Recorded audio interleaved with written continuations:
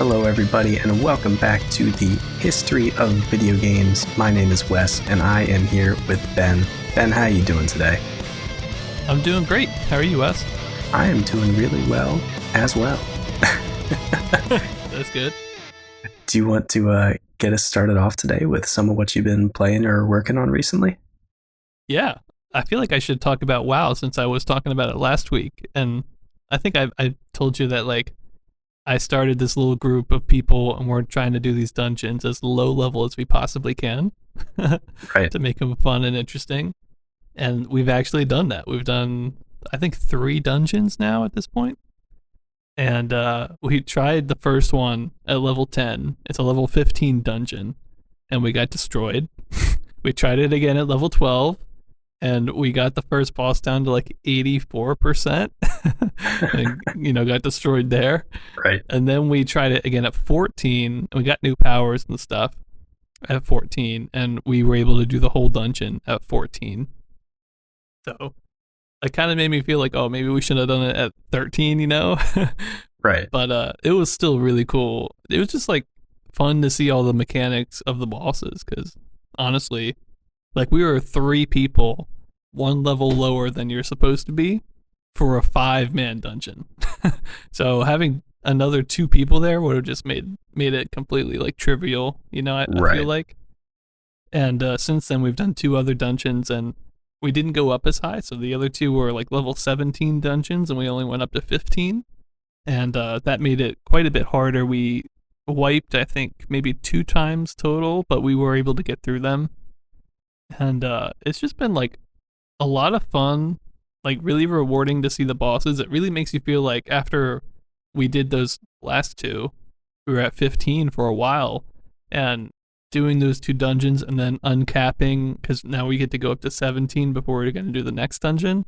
It's like, okay, like I feel like I earned those levels to 17, because I did these really hard things, and that's just so different from how you would play the game normally. Right. Like retail WoW is sort of, part of a symptom, I guess, of each expansion adds 10 levels or whatever, right? It's like you got to make leveling up those lower levels faster or else people don't feel like they can get to new content fast enough. Yeah, and I think it's been doubly bad when I tried it because when I came back, it was during COVID, right? And I think ever since COVID started, WoW has a 100% XP boost that's always on. Oh, so it's even doubly fast. Right. So, but yeah, it's I'm like super excited for the raids because for whatever reason, a lot of the raids like they'll unlock at like level 58, right? Like for the vanilla raids, but then at level 61 they're locked again. It's like, well, if I missed out on doing those like 2 levels, like I just like passed it by accident, and now if I go back, it's just one-shotting stuff, and that's not fun.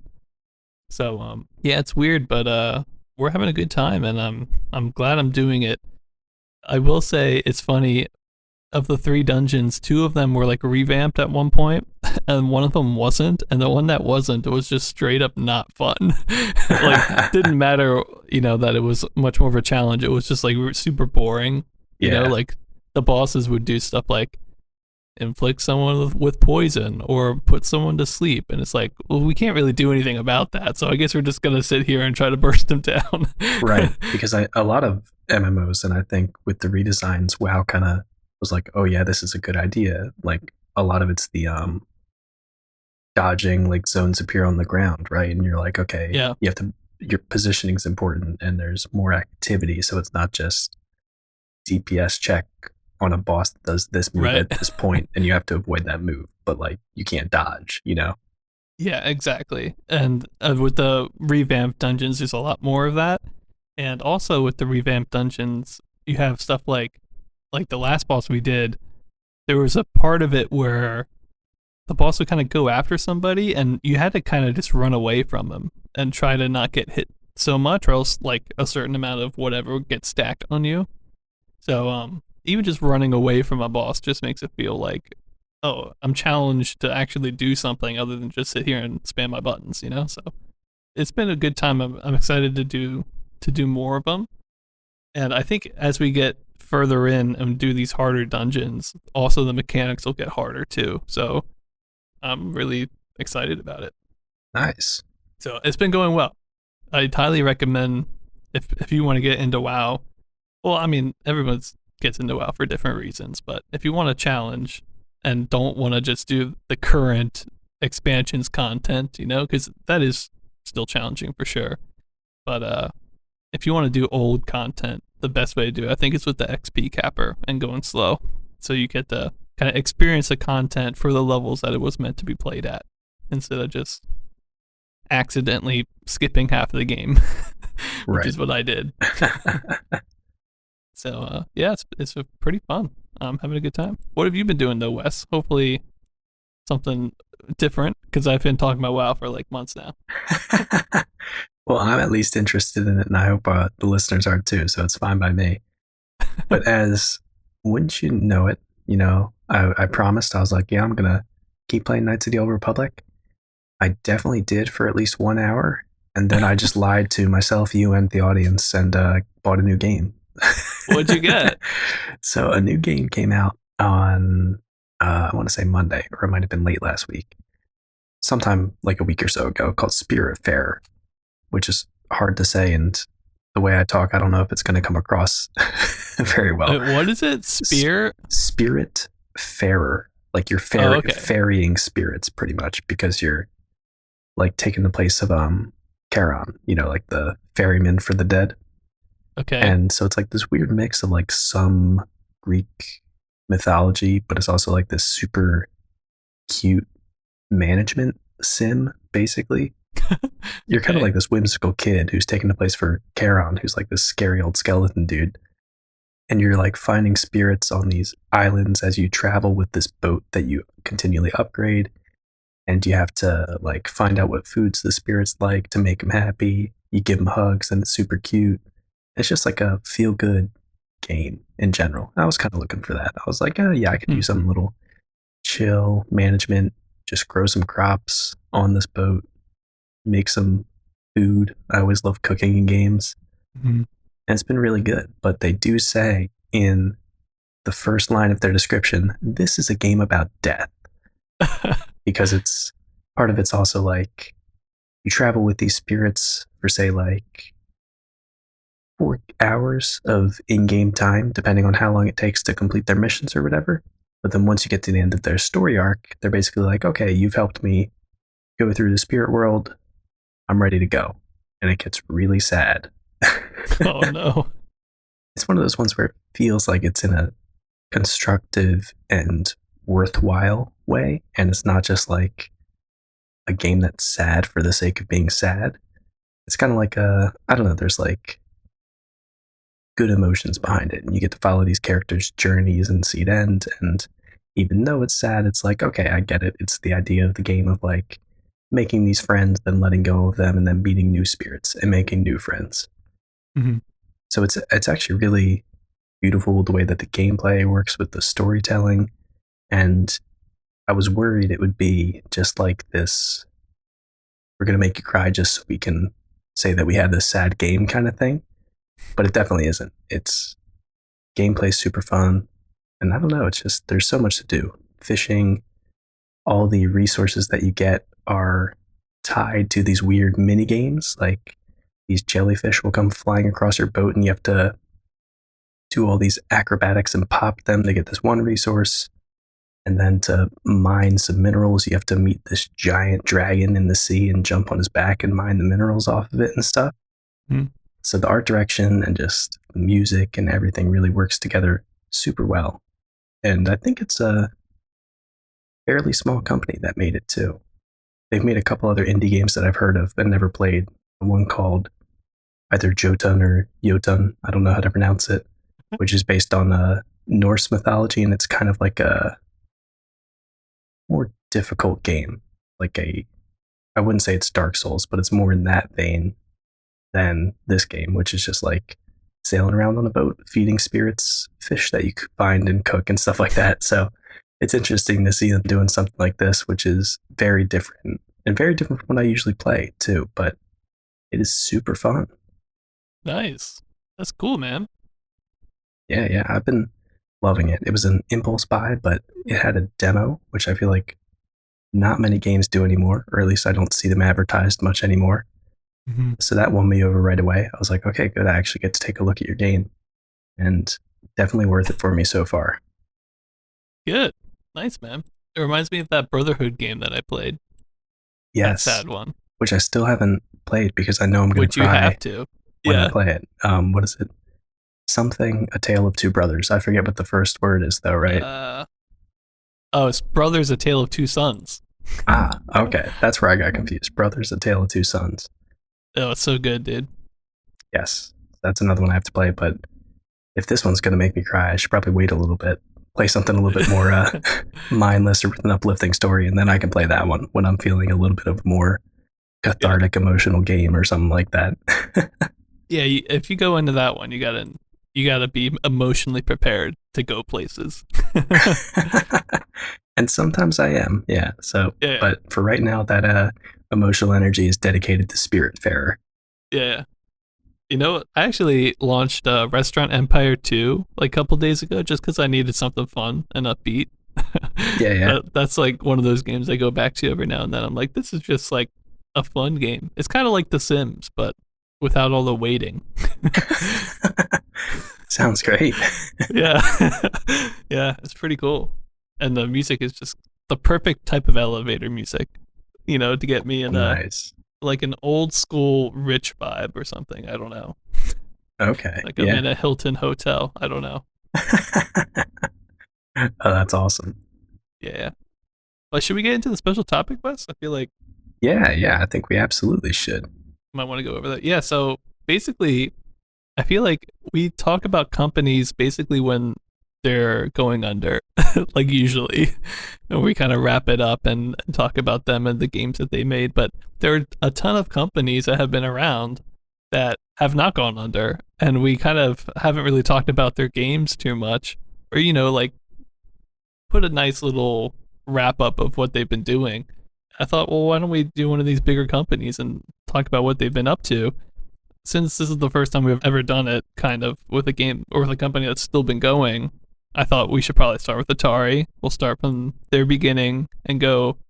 I think we should break it up into 2 episodes. So this episode will go through 74, and then next episode we'll do 75 and 76 too, just to get kind of caught up to where we are now. But why don't you start it off, Wes? You can talk about the history of Atari. Just we've talked about Atari before, but maybe just a quick summary of their major things, and then I'll come in with the games list here. We can talk about those. Yeah. See what we remember. Yeah, so I'll give you the quick highlights here, and for everyone listening, basically Atari was founded back in 1972 by Nolan Bushnell and Ted Dabney. And Bushnell and Dabney actually made their first game before Atari was officially founded, when they partnered with Nutting Associates to create the cabinet for their game. They had just seen Space War, and they currently had a company called Syzygy, which is very hard to say. Yeah. And they made Computer Space, which is one that we referenced a lot as well, and it was basically a Space War inspired game. But then later that year, after splitting with Nutting Associates, they partnered with Bally Manufacturing instead, and they hired Al Alcorn to help them create games. And of course, his first game that he created with Atari would be Pong, one of the huge ones that, of course, Atari is still known for today. And the reason that they changed from Syzygy to Atari, other than the fact that, thank goodness, Atari is so much easier to say, is that when they decided to create the company in California, there was already a company named Syzygy Engineering. How? I know. Apparently, it's an astronomical term. I don't know what it means. I will have to look it up at some point. But Atari, on the other hand, is a word for this like certain board state or game state in the game Go. And I forget why. I think they were both fans of Go, so they decided to name it Atari. And then in 1973, Ted Dabney decided to leave the company. He had a falling out with Nolan Bushnell. Nolan Bushnell was apparently like not really inviting him to any of the big meetings, even though he was co-founder. And later that year, Atari decided to create a fake competitor company, Key Games, which would be run by Joe Keenan. Basically, they did this because there were these licensing agreements with the distributors of arcade cabinets at the time that they couldn't license the same game with all of these distributors and sell it to a wider market.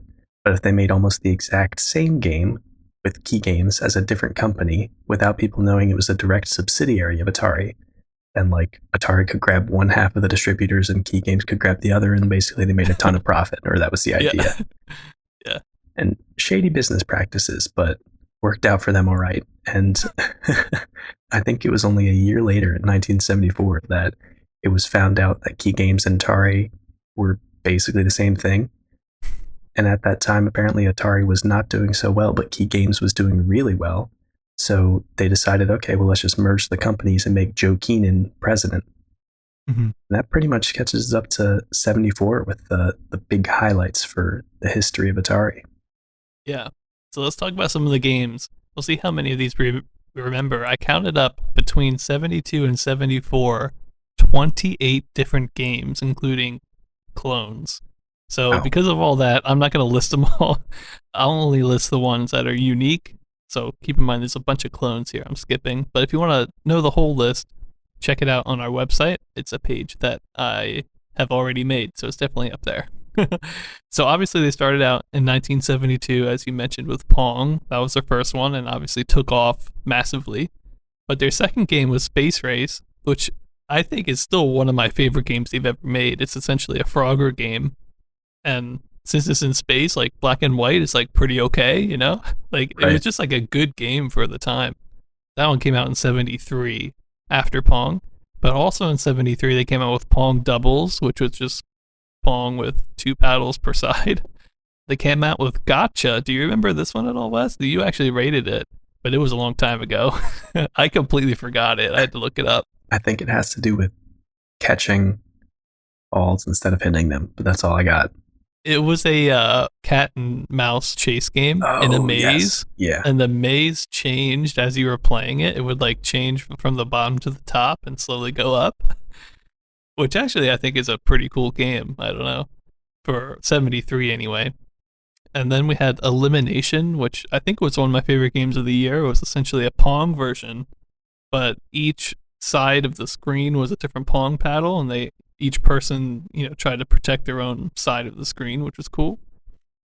We then had a Rebound in volleyball coming into 74 now, and that was just Pong with gravity, kind of. You also had Super Pong, which was 3 paddles per person, all in a straight line, though, which is weird. You had World Cup soccer and football, which was just 5 paddles per person. And then finally we get into the Grand Track 10s and Grand Track 20, which is a top-down racing game that we talk about all the time. We still see a bunch of those games today. We have Ping Pong, which is a pinball variant. We then have Touch Me, which is one that I happily forgot existed. And now I had to bring it up again, which is a Simon Says type game that we didn't cover. And then Tank, obviously a massive, huge one there. Quack, which is a duck hunt type light gun game, which we weren't able to cover, but sounds amazing. And then Tank 2, they ended 74 with there. So, all in all, I mean, I think they made 1 game in 72, 5 in 73, and then 22 in 74. So you can really see how much they're like pumping up production here. And as far as like the big standouts for me, obviously Pong, but then Space Race, the Frogger type game is awesome. We have to mention Grand Track 10. That's like one of the most duplicated games in Atari's history. I mean, they're still making games like that. And Tank, which we've seen so many Tank games now on all 3 of the second gen consoles, I think had a Tank-esque game. Mm-hmm. So those are like the really big ones. But even like there's some in there that I think are kind of hidden gems like Ping Pong and Elimination. So what do you think, Wes? How did Atari's early history stack up? I think we said that I want to say in 74, we gave him Best Developer of the Year. I know at one point Taito took that place, so I'm not quite sure when that happened. Yeah, I don't know, looking back, it's very clear why we're still talking about them, and it's funny to remember, even though we're only at 77 now, how many things are just basically Atari did it first. Like they back in the time where you could release all those different versions of Pong as different games. It's like, okay, well now that's what's popular with consoles now. They release all these different things and brand them as different things. And yeah, so it's really interesting. And of course, I forgot about Elimination. It was one of the first, I think, different and generally interesting Pong variations that we saw. Yeah, one of the few. But it's also interesting now that we are in the future a bit to see like exactly how many clones of like Tank and Grand Track 10 there have been. Because at the time, I probably didn't know that like Grand Track 10 was related to all the indie games that came after, and then all Right. those were related to all the sprint games that came after that. And we're seeing all these on consoles and stuff now. So yeah, it's interesting that they all got their start way back when, and it's easier to see that progression now in the future, obviously. So Right. yeah, I just thought, let's kind of look at Atari's history a little bit at a time, and that was the early history of Atari from the first 3 years of their time being a company. So we're gonna look at 75 and 76 next week, get into some of the more recent games, and then go from there. So I hope you guys enjoyed our little wrap up of the early history of Atari. But without further ado, let's get into the games.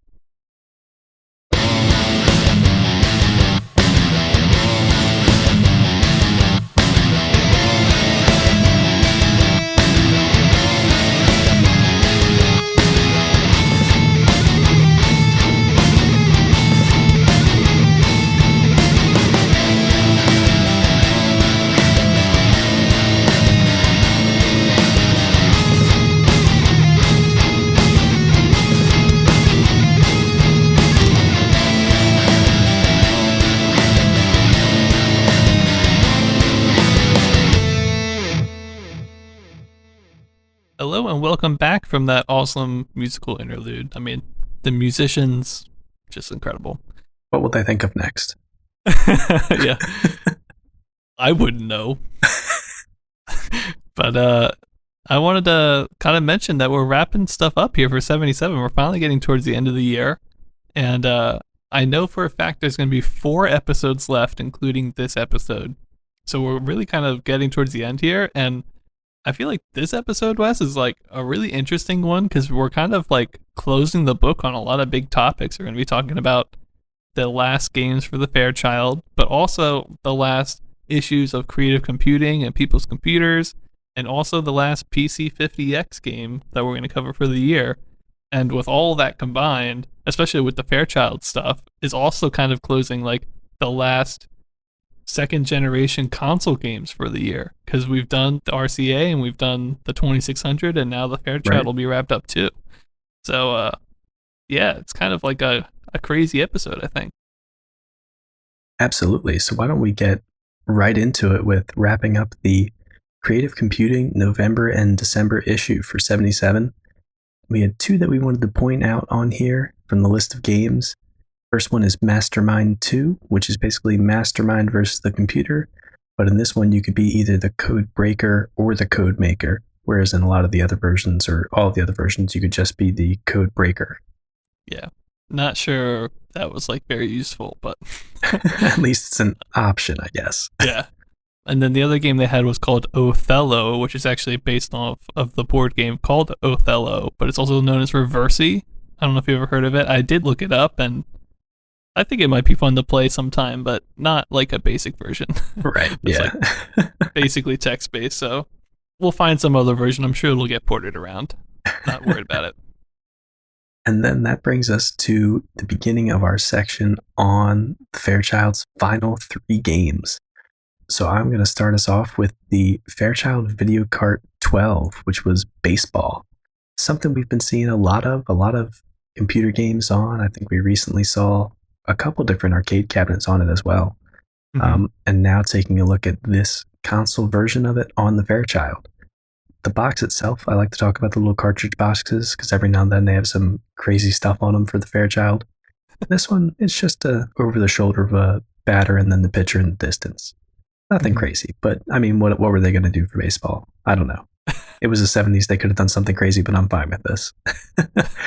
But going over the gameplay for this, it's pretty much just a simple and pretty faithful game of baseball that it plays. It's only 2-player. There's no one-player versus AI mode. The pitcher can control left or right curve, slow or fast ball speed, which is kind of a big feature for this game. And they can also make these changes the whole time that the ball's in the air or traveling.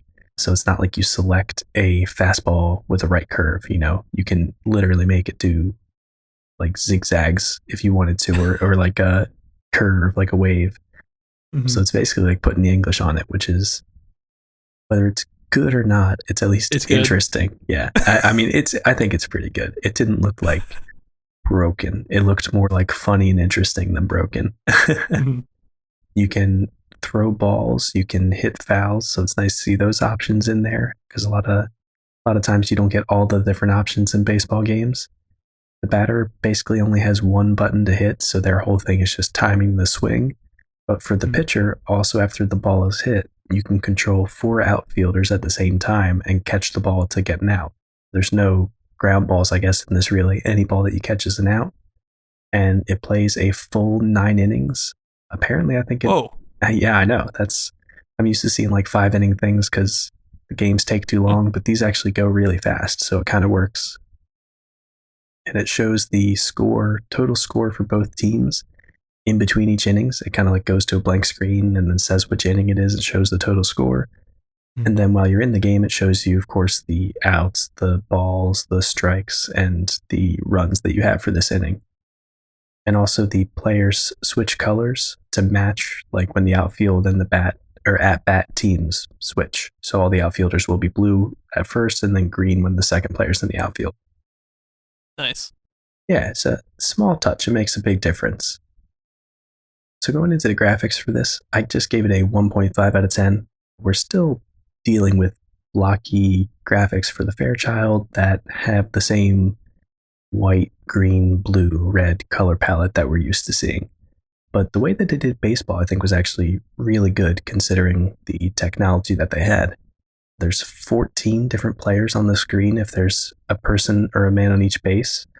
The people are kind of like blocky arches with like a block on the top. For the musically inclined, it sort of just looks like an upside down tuning fork.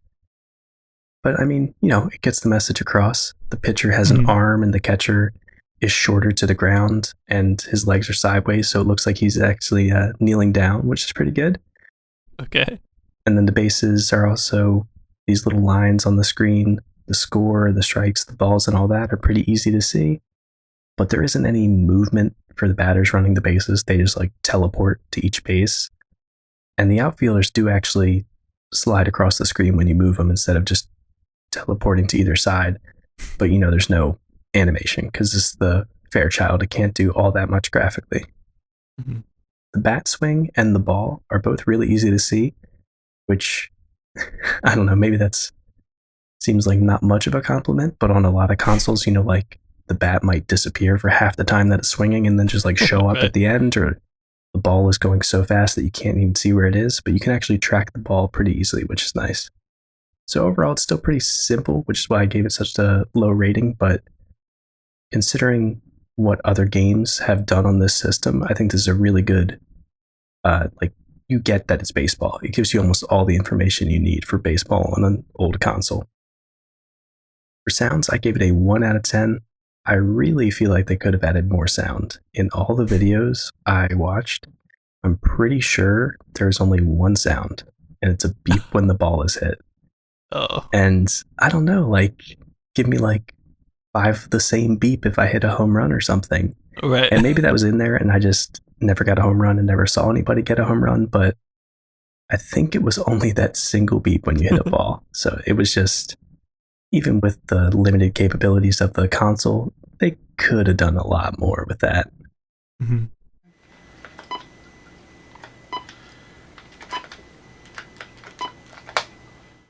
Moving on to gameplay, though, which is probably the highest point of this, I gave it a 2.5 out of 10. It's super simple, but it gives you enough options that you can play like a fun video game version of baseball. which we haven't had tons of those yet in video game history. Mhm. The fact that you have so much control over the pitch is awesome. You can switch up your tactics. So if they're hitting all the slow balls that you're throwing at them, throw a couple of fastballs, see if you can throw them off with that. But then, they kind of, it seems like if you throw a fastball and they hit it, it travels way faster across the screen. So there's that kind of risk reward sort of situation too. Makes it a lot harder for your outfielders to catch. So it's more like skill and strategy than I feel like we've seen in a lot of these baseball games. The batter doesn't really have any options other than just getting good at their timing and practicing. Mhm. But since it's baseball and the way that they have it set up, it actually switches innings so everyone gets to play outfield. I think it works out because outfield's where the pitcher has a lot of fun options. You actually get to move the outfielders. So that's kind of where a lot of the fun gameplay is for this. Mhm. But I don't think that's too much of a problem since everyone gets to play at the same amount. It's so simple, but it did enough interesting stuff, give you enough options that it's fun to play, even though it's these like strange block people on the Fairchild, which is super bare bones and there's no sound. The gameplay is fun, which is saying a lot Yeah. for the way that they designed it. So I think they did a really great job with it.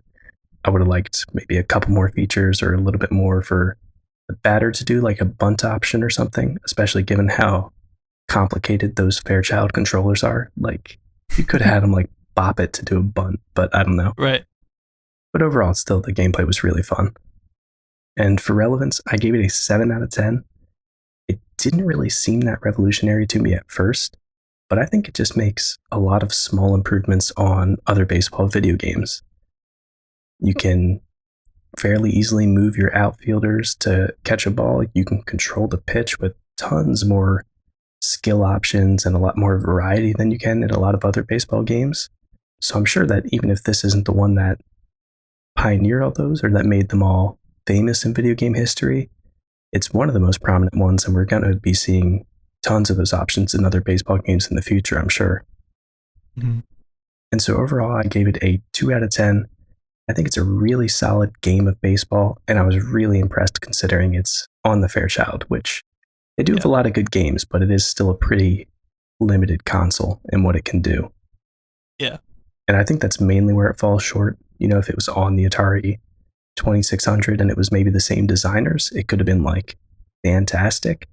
But even with what they had, the gameplay is super good. The graphics work really well, even though they're a bit bland, and the sound is just really one of the biggest weak points for this.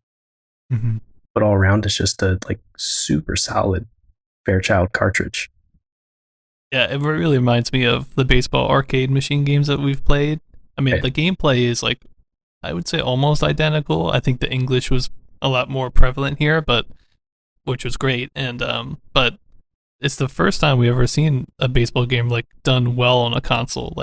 Beforehand, only the RCA Studio 2 tried it, and it was it wasn't the worst game that they ever made, but it wasn't as good as this. Yeah. So, as far as the gameplay, they did what arcade machines at the time were doing on a console pretty well.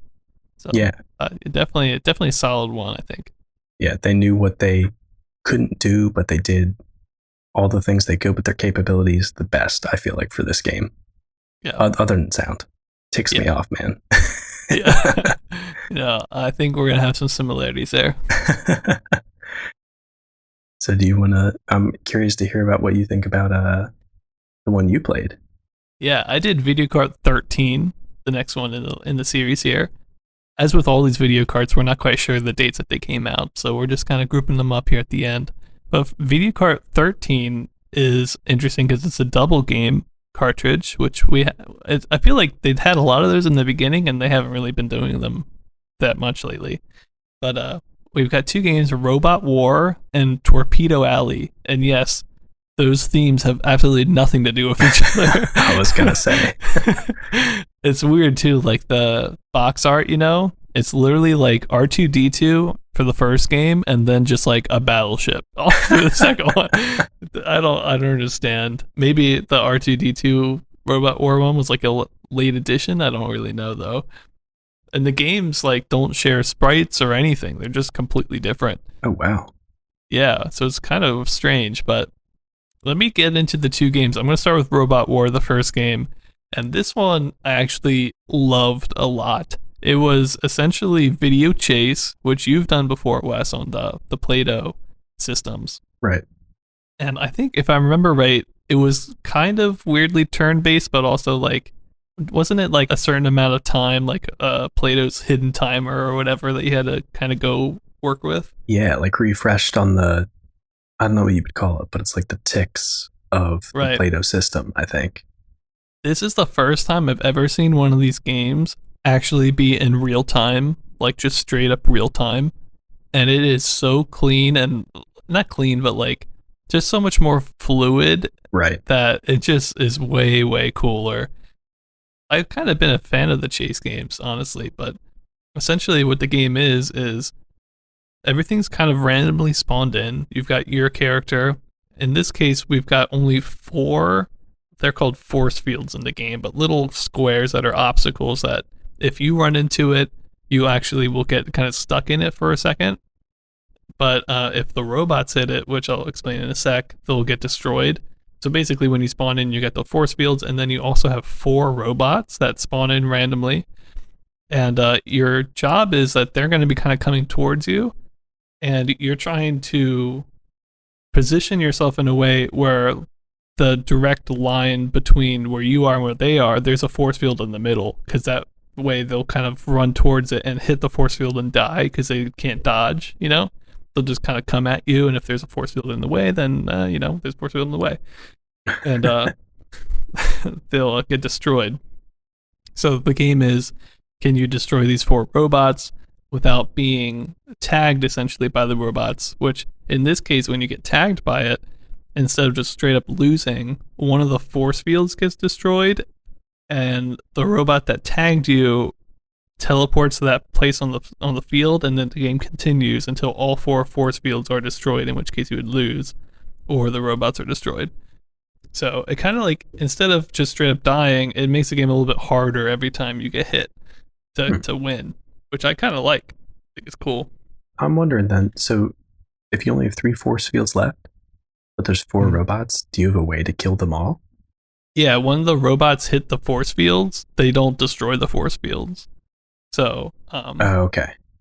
you can have only one force field left and have 4 robots, and if you can get all 4 into that one force field, you'll be fine. Right, so you could destroy them all on one, but it just makes it so much harder. Yeah, because it's hard to position 4 of them if they're coming at you from different angles to all hit like one. It's impossible for them to all hit one thing in between them and you if they're all coming from different angles. Right. So it just makes it a lot harder. How the game works and how you can escape the robots, in your game, there was like that jump button or whatever. Right. Which I actually really enjoyed and thought that was cool. In this case, how they do it is horizontal and vertical movement. All things travel the same speed, but diagonal movement, you actually move like double speed. And so if you go diagonally, you can actually build distance between you and the robots. Oh, interesting.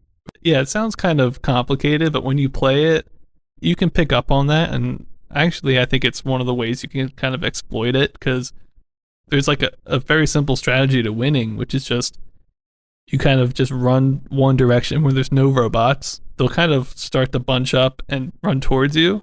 And then you can build distance by going diagonally a little bit, and then just kind of maneuver your way behind a force field and watch them all die. So, I don't know, though. I think it's very fun. I just think the game is very hectic feeling, because you're constantly moving and being chased because there's no downtime whatsoever. And also what's cool about both this game and Torpedo Alley, and this might have just been a Fairchild general setting, I'm not sure if it was like built into the games, but you could change the speed of how fast the game's played. So the fast setting for Robot War was pretty hectic feeling. And they would chase you pretty fast, and there was no real refresh rate problems or anything like that. So I really enjoyed that game. It's very simple. All the graphics and sprites and stuff are just very simple, and the screen is pretty much blank other than 4 force fields, 4 robots, and 1 dude. But it's still fun, and all the sprites are pretty small, so it feels like you've got a big play field to run around in, and you can wrap around the screen and stuff. So I thought it was pretty cool. And then Torpedo Alley, this one was just like, why is this even in here? Oh no. I don't know. It's essentially Air Sea Battle from the Atari 2600, but just worse because it's on the Fairchild. You're essentially an artillery piece at the bottom of the screen that you can move left or right, and you can also change the angle of your gun. And then you're just shooting ships that go across the screen left to right and right to left, you know?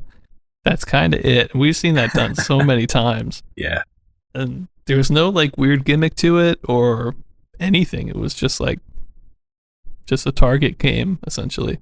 There were some like I guess mines, but just static objects that just tried to block your shots. But the ships move really fast, so if to hit them, you kind of have to. I feel like stay in one spot, know where your bullet's going to go every single time, and then just time it out. You know what I mean? That's Right, how I would instead play of it. adjusting and doing new angles. Yeah.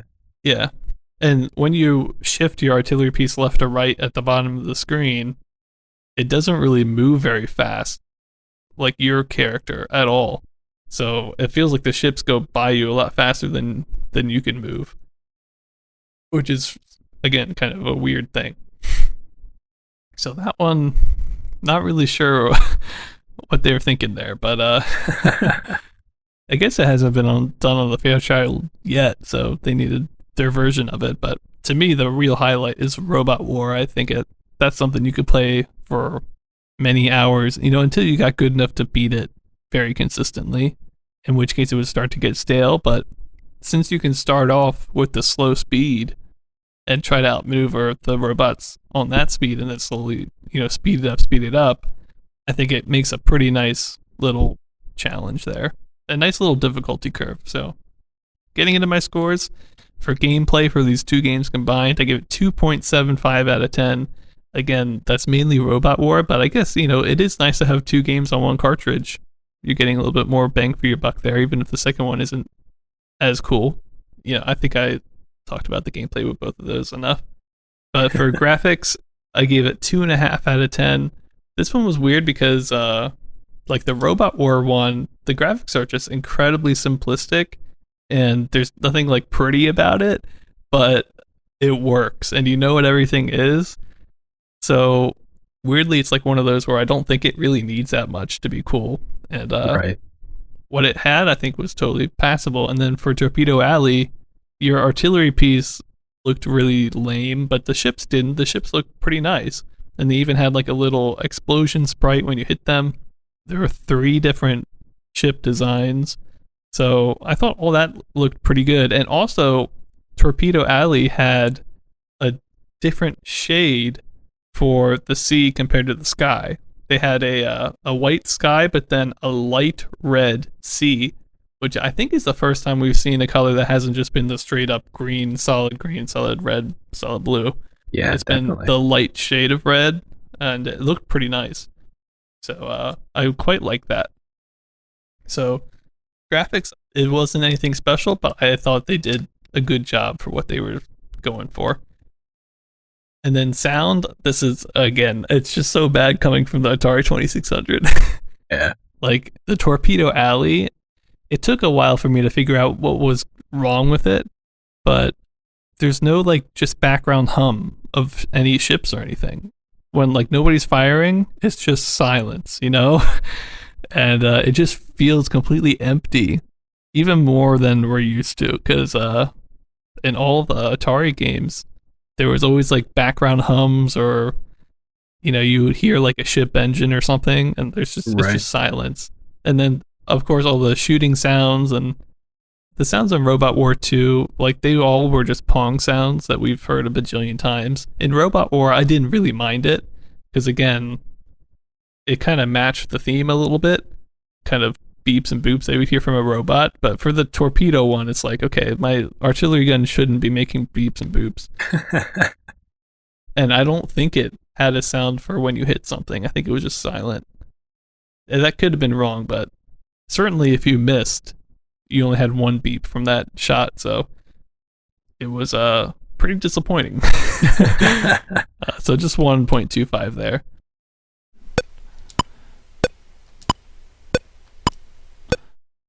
And then relevance, I get 6.75 out of 10 because of Robot War. I mean, it's the first video chase game that was like not turn based whatsoever. So that was really fun to play and pretty cool. I'm hoping that we get more of these chase games because I just like the genre. I think it's different and fun to try to outmaneuver these robots, especially at fast speeds. So, and because it's random every time too, the starting positions of everything, I feel like you can play it a lot and not get too bored. So, for Robot War mainly, I'm giving it 6.75, and then total 2.25 out of 10. I mean, I don't think it's like amazing, but I enjoyed my time, especially with Robot War. So I don't think it's a bad one either. So I feel like this is one. It's more like you buy it for Robot War, and then you get like this Torpedo Alley game like as a bonus. Right. Yeah. I mean, you're getting two games out of it. Yeah, exactly. So it's worth having, I think, for sure. But yeah, that's the 13th video card. Do you want to wrap it up here for the year, Wes? The last video card? Yeah, absolutely. So I'm going to talk about video cart 14 for the Fairchild, which is called Sonar Search. And it's only one game on this, and it's just totally caught me by surprise. Okay. I don't know. I don't know what I was expecting, but the more I looked into it, I was like, this wasn't what I was expecting. So the illustrations on the box are, it's got one of like your typical sonar radar pulsing thing going out, and then one of a ship exploding, which is pretty much all you need. It's basically like battleship themed for most of this. For the gameplay, it has 1-player and 2-player modes, and they're both slightly different. In the 1-player mode, the opponent's ships, which, like I said, is battleship theming, so each player in this has 5 different ships, and they basically look like all of the ships in typical battleship, with like your destroyer, your submarine, your aircraft carrier, and all that. So in the 1-player mode, the opponent's ships are all invisible, can't see any of them on the screen, and you control basically a reticule that's on the screen that shoots torpedoes and makes sonar noises wherever your torpedo lands. And depending on how many noises it plays or how long it plays the sonar noise for, that gives you the distance that the hit was from any possible targets near you, which is really weird and interesting. You have to hit ships multiple times based on their size, just like typical battleship. There's like 2 3 hits, 1 4 hit, 1 5 hit, and 1 2 hit. It's exactly the same as battleship. In the 1-player mode, you get 84 chances, which I thought was loads. Like I was like, why would they give you that many chances? And of course, I was down to 10 on my first game, and I beat it. But I was like, okay, maybe I needed that many shots to be able to figure this out. I think after you played it a few times, you could probably do it in like 50 or 40 at least if you got good at it. But since the ships are just randomly on the screen, there is some sort of randomness to it. Mm-hmm.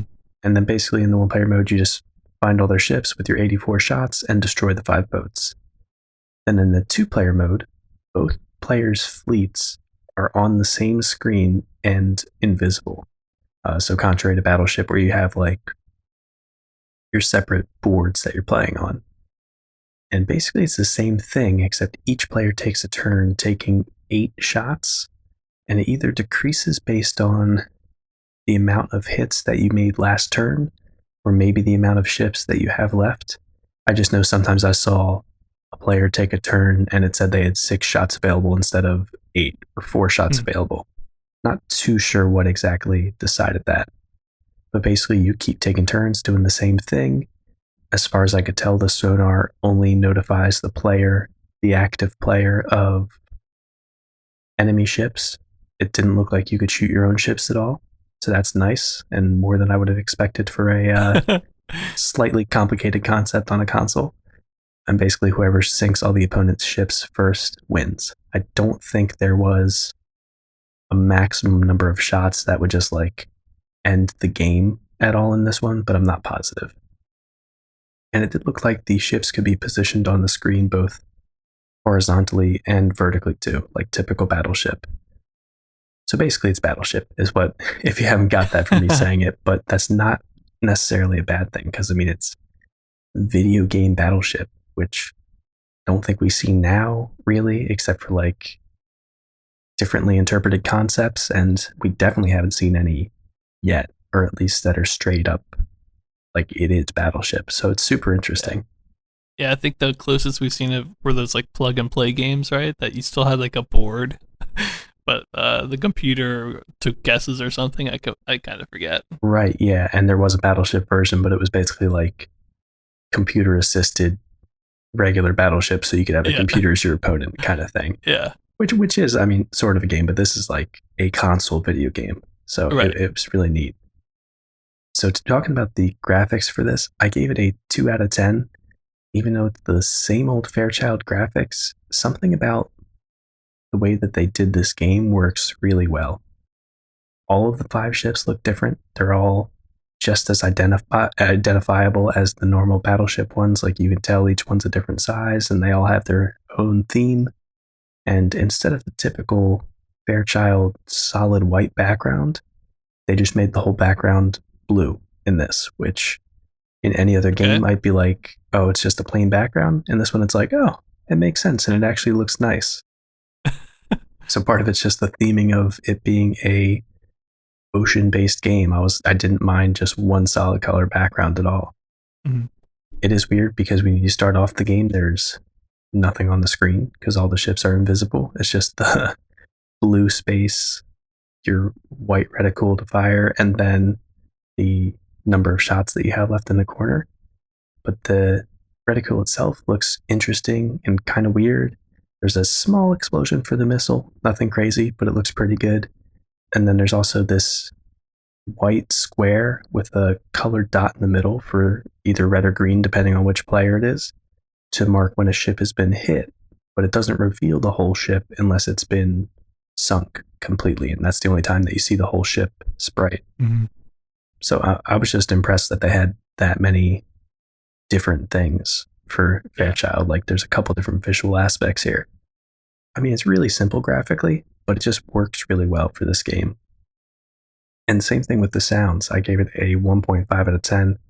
It's the same old Fairchild sounds, but we're talking about like sonar waves, and there's one beep for firing the missile, and then like these quick succession of slightly different sounding beeps for the sonar going out. And that's basically it. But since the sonar plays for a while after every time you take a shot, because it's trying to figure out where the boat is and it could be super far away, there's a lot more sound than this than I feel like a lot of the Fairchild games have. yeah, So, yeah, it's still just, pong beeps being played faster or further apart at different pitches, but it works for this. yeah, And I thought the whole idea of like audio cues to figure out where boats are is pretty cool. yeah. It's like the one thing that actually makes this different from the board game. Because I feel like anytime we see one of these like board games become a video game, I'm always like, yeah, but I could just play it on the board game, you know? But this is like only a video game can do this weird sonar searching stuff. So that's a nice addition. I thought it was like, okay, this is actually there's a reason to play this game now. Right. Yeah. You're like, hey, this console has sound. Let's make that an asset of this game and actually part of the gameplay, which I think is really smart. Mhm.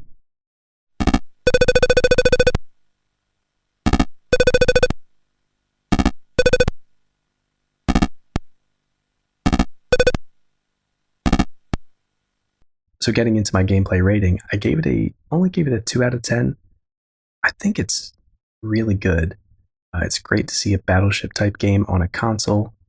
I think the invisible ship and sonar aspects make it fun to play with 2 players and interesting enough and different enough. I do want to say that I had to read somewhere that the sonar travels in an expanding square instead of like an expanding ring like normal Mhm. sonar. And that kind of makes it make a lot more sense. Because before I was like, where are these ships? But it's because, if it's like on a corner from you, I don't know. The way it does it is a little bit weird, but it helped a lot knowing like, oh, it's a expanding square, basically, because Mhm. how would a game in 77 figure out what a circle is? I don't Yeah. know. Um, and I do appreciate that there's 2 different game modes on this, even though they are pretty similar, but you still could play it by yourself if you wanted to.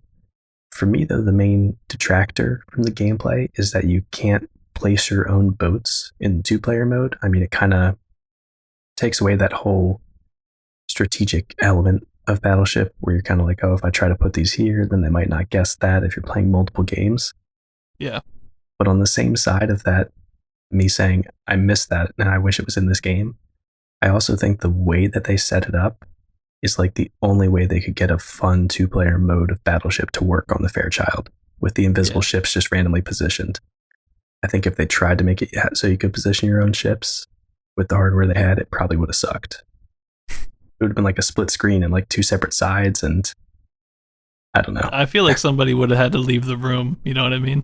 Right, yeah. Like it would be like the Odyssey, and they would say, now player 2 puts down their controller and leaves while you place your ships. Exactly.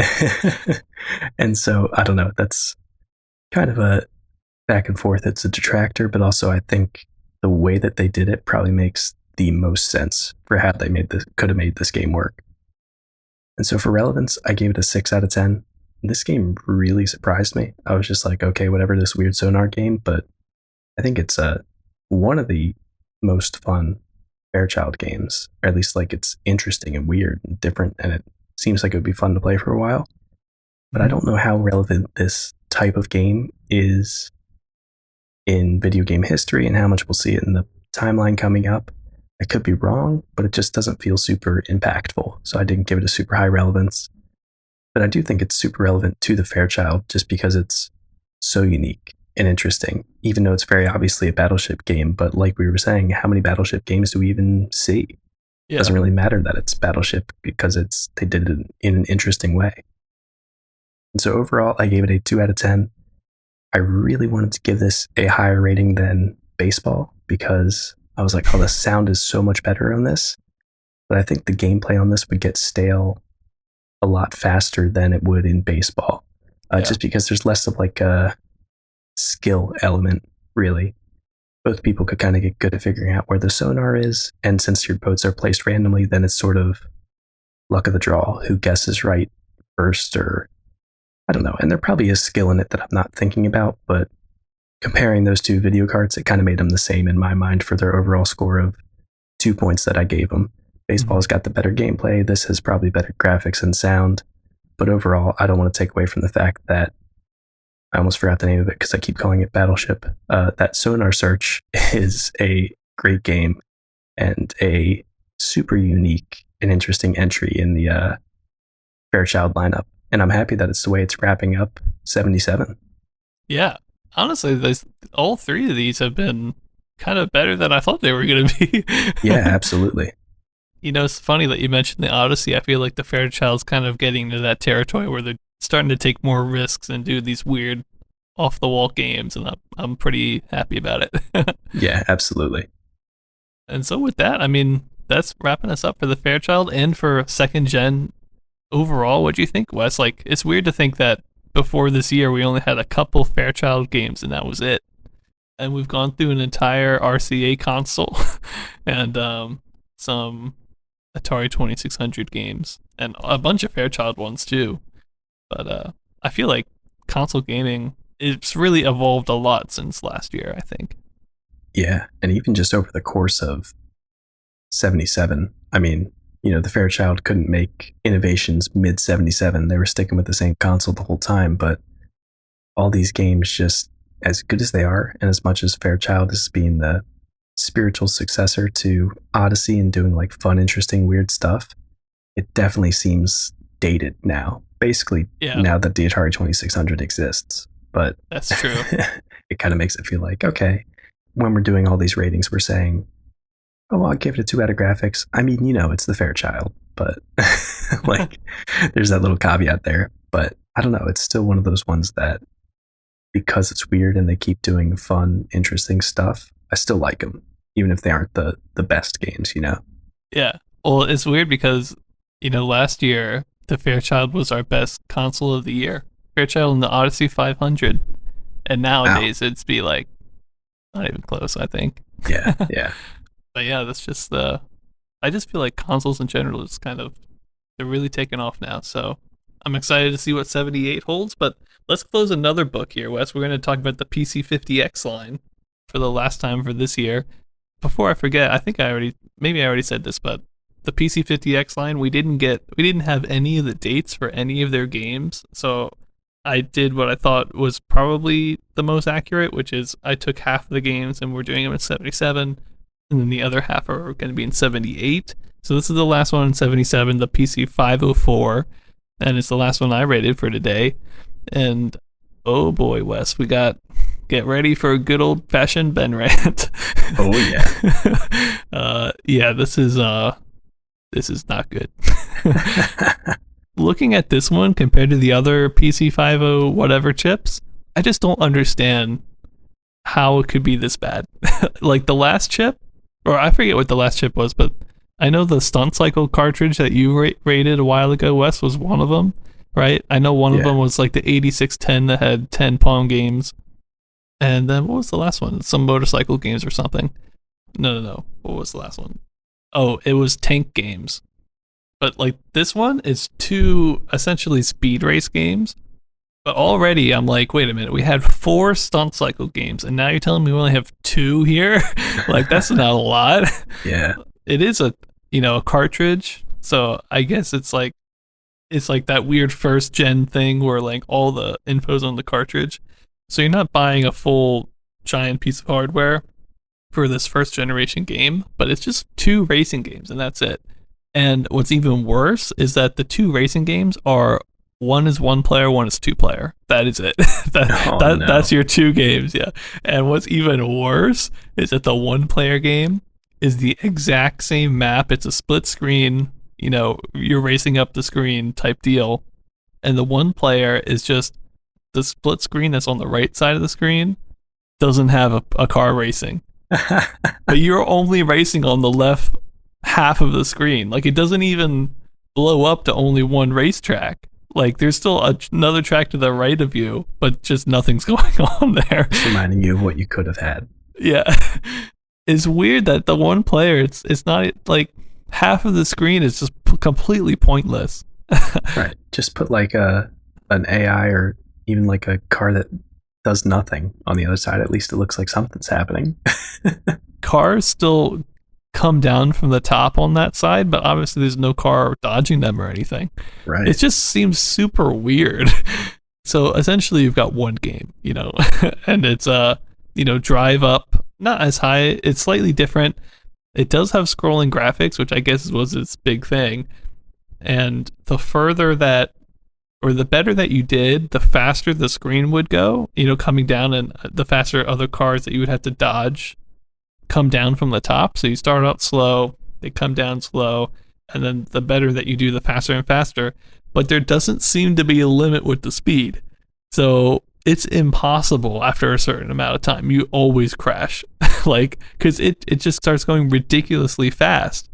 So the game is literally, you're dodging cars for like 5 seconds, it gets way too fast and you crash. And then you drive 5 seconds and you crash. And then it's like, you never get that sense of like doing really well and like being fast for a while, because it goes way too fast. I mean, it's like exponential. And there's 3 cars at a time that come down. So it's really hard to dodge them all. And it goes fast, like way faster than I think a human could play it and chill at the fastest speed, Right. So you're just constantly crashing and starting over. And it's even more terrible with 2 player, because the moment either of you crashes, you both start from 0 again. And, whoever crashes, the other person gets a point. So it's a point-based thing, but it's not like, I drove further or anything like that. It's like the person beside you crashed. So the 3 seconds of driving that I had to stop. We're starting from the bottom again. It's incredibly frustrating. The whole thing is just like so many question marks in my head. I'm like, what were they thinking? So yeah, that's this one, the PC504.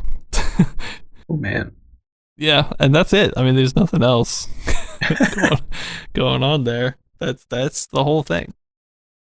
So let's get into the ratings. I'm going to start with gameplay. I mean, I gave it a 1.25 out of 10 because I guess it had scrolling graphics, and with two players, there's 8 cars on the screen at one time, which is a lot. So it does what it says it's going to do, but it's just incredibly frustrating to play. And I don't know why anybody would play it, to be honest. It's just been done so many other times in way better ways, you know? Right. Especially, I just played like Laguna Racer not that long ago, which is, it's not exactly the same as this, but just give me that any day of the week. I mean, this is just not good. So I don't like it. I'm giving it a pretty low score. I think 1.25 out of 10 is like pretty generous. Right. For graphics, it did have true color graphics, and with the PC 50 whatever line, I believe the colors changed depending on whatever console you had, because there was like, I don't know, 50 consoles that could play these PC 50X games, and they were each a little different. But in the video that I saw, you had essentially 3 different colors. It was like this white for your car and also the outsides of the track. And then the track you were driving on was like a weird tealish blue. And then the enemy cars were dark blue. So you had a blue on like a teal, which was not great. But it was fine. I thought the colors looked fine. The sprites for the cars, they look okay. I'd say they look better than the Fairchild sprites. Maybe even similar to the Atari sprites, to be honest with you. So I think the sprites and stuff looked all fine, but it's like impossible to play the game. So I never really could enjoy that. So I just gave it a 2 out of 10. It was kind of what I expected almost, and nothing special. And then for sound, I gave it 1.75 out of 10. Again, nothing special. You have kind of classic crash sounds, classic engine sounds that rev up the faster you go. But as you guys will hear, you never stay fast for very long. So it's just kind of got annoying. But nothing special again.